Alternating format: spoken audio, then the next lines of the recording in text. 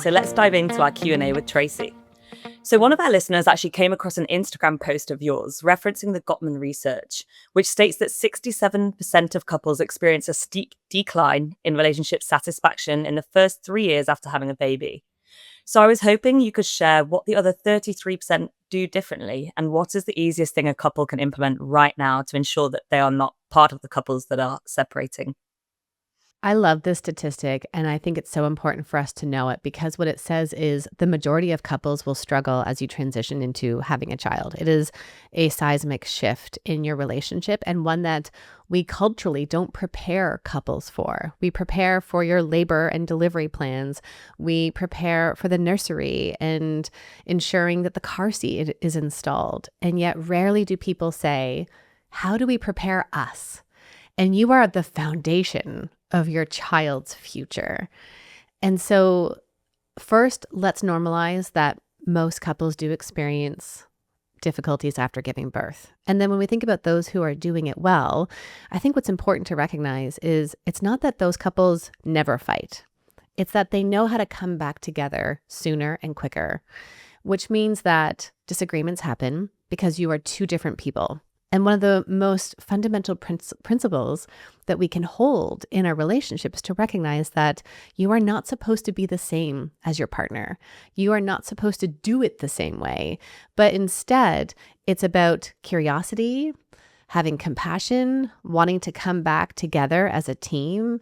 And then also, how do we then collaborate through this? And that's understanding. So those couples who do it well, they get curious with their partner. And what someone can do today is they can turn to their partner and say, I believe you that this is your experience. Can you tell me more about it? And right there, you've just dropped into, I am not going to defend myself or my need to be right. I am instead going to try to understand you. More understanding leads to more compassion, and that leads to more connection. I think let's just stop the podcast there. That's such useful advice. And I feel like something I can really personally relate to because even myself, I can become defensive. And I think that's quite a natural thing to feel. So I think to kind of let those barriers drop a little can be really beneficial.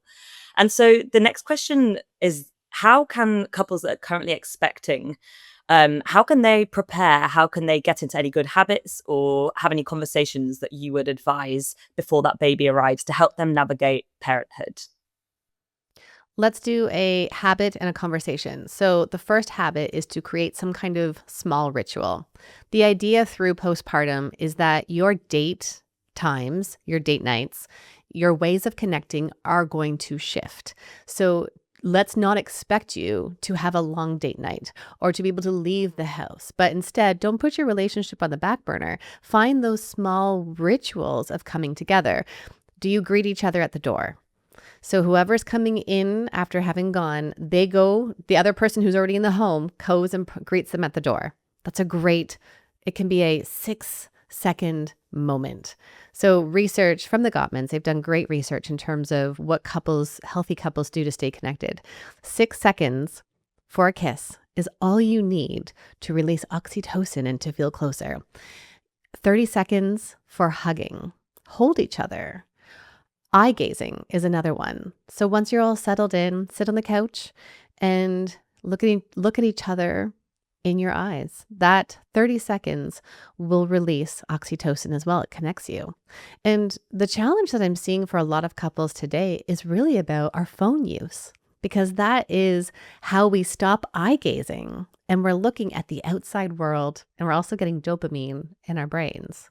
The conversation piece that I would encourage couples to have today, and even if you've already had a child, slow down and have this conversation. Ask each other, what did your parents model for you in terms of the roles each played? And what role do you want to play as that parent? Is it the same? Is it different? And how does that work together for both of you? What roles did you play? What roles did you witness? And what roles do you want to play today as parents?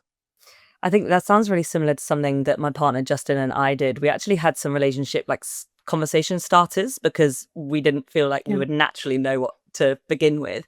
And when we were going through those cards, there was things, I remember that question pretty much coming up of like, what did you learn growing up from your parents' behaviors? What did you really enjoy about that? And what would you want to replicate? But what would you change as well? And it even got us talking before we had our baby last summer into the details of every Friday night, we want like a family evening where we'll cook pizzas and we'll make pastas. And these are things that we probably won't do for a few years in terms of with our child. But it really got us into those details and deciding like what our family rituals would be and how we would connect at times when it was difficult. I mean, I'm definitely not saying it's easy, but it gave us something to at least go back to. And so in terms of the moment you bring your baby home, there is that big kind of seismic shift that you mentioned earlier. And I feel like your identity flips upside down overnight.